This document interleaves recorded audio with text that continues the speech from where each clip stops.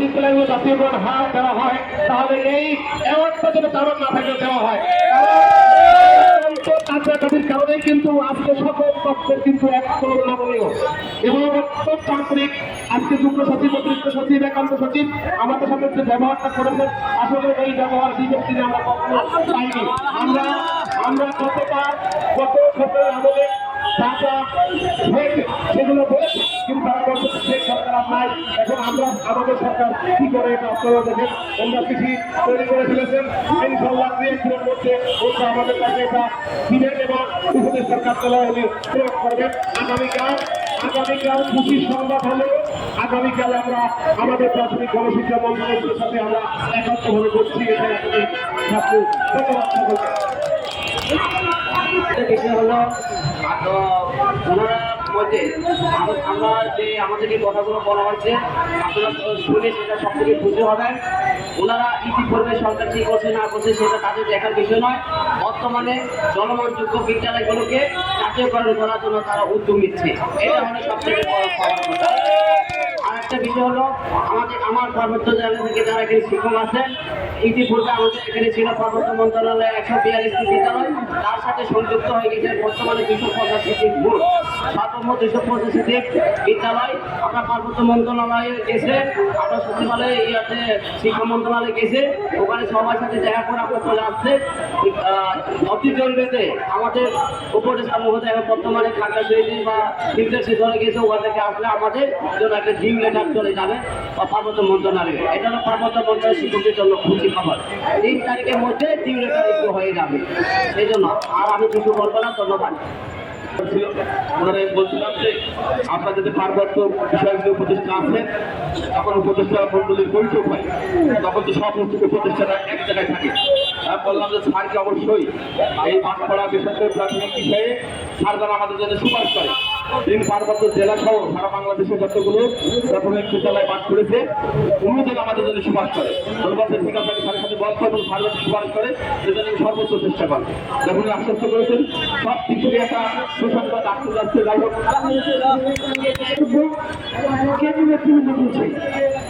আমি শুধু আমাদের তৃণমূল ভাইদের উদ্দেশ্য করতে চাই, আমরা নিশ্চয়ই চাই আগামী বুধবার আমরা সকলে আনন্দ মিছিল দিয়ে যদি চাই, তাহলে আগামী দিনের মধ্যে যেন আমার সকল সহযোগিতা ভাই এই জাতীয়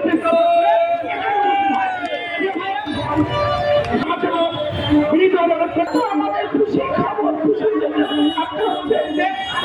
কতদিন স্যারেরা আমাদের কান্নাকাটি শুনেছে এবং আমি আপনাদের এখানে ভিডিও ফুটেজ দেখাতে পেরেছিলাম বিধায় ওখান থেকে প্রধান উপদেষ্টার সচিব স্যার এখানে এসে আমাদেরকে এতগুলি কর্মসূচির মধ্যে আমাদেরকে খুঁজে দেখেছে। সেইটা কিন্তু আমি ওখানে স্যার দাঁড়ানো ছিল, আমি তখন লিটু স্যারকে ওই দেখে স্যার আসছে, সেই স্যারের চোখে আমার চোখ পড়ছে, তখন স্যার কিন্তু চলে গেছে। তখন স্যার এবং ওই সচিবালয় বিশ্বাস করেছে যে এই আমরা যে কথা বলছি, আমরা লাগাতার অবস্থান 3-24 ঘন্টা এখানে যে আমরা খেয়ে না খেয়ে আমরা এখানে যে কষ্ট করতেছি, যে আমরা আসলে কষ্টে আছি, সেই কথাটা প্রত্যেকটা দপ্তর এখন তারা সকালে আলোচনা করছে, কালকে রাত্রে আলোচনা করেছে, মানে এখন কোনো দপ্তরই বাকি নাই যে আমাদের কথাটা তারা আলোচনা করে।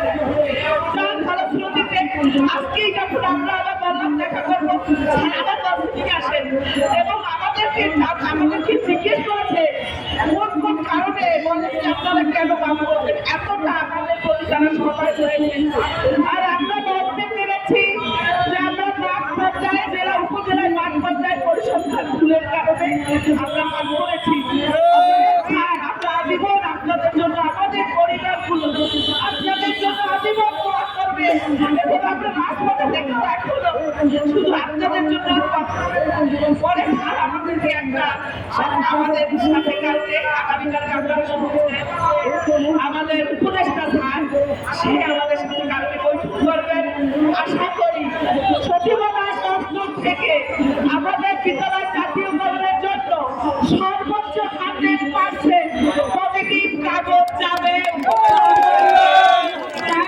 আপনাদের কাছে আমার বিনীত অনুরোধ থাকবে শিক্ষকবৃন্দ বাড়িতে আছে, সে যদি আপনার বিদ্যালয়টির প্রতি কোনো দয়া মায়া থেকে থাকে, তাহলে আপনারা অন্তত আমাদের এই সুখের দিনগুলায় একসাথে যেন আমরা এই রাজপথে মিছিল করে পথ ছাড়দের জন্য দোয়া করে তারপরে বাড়ি ফিরতে পারি।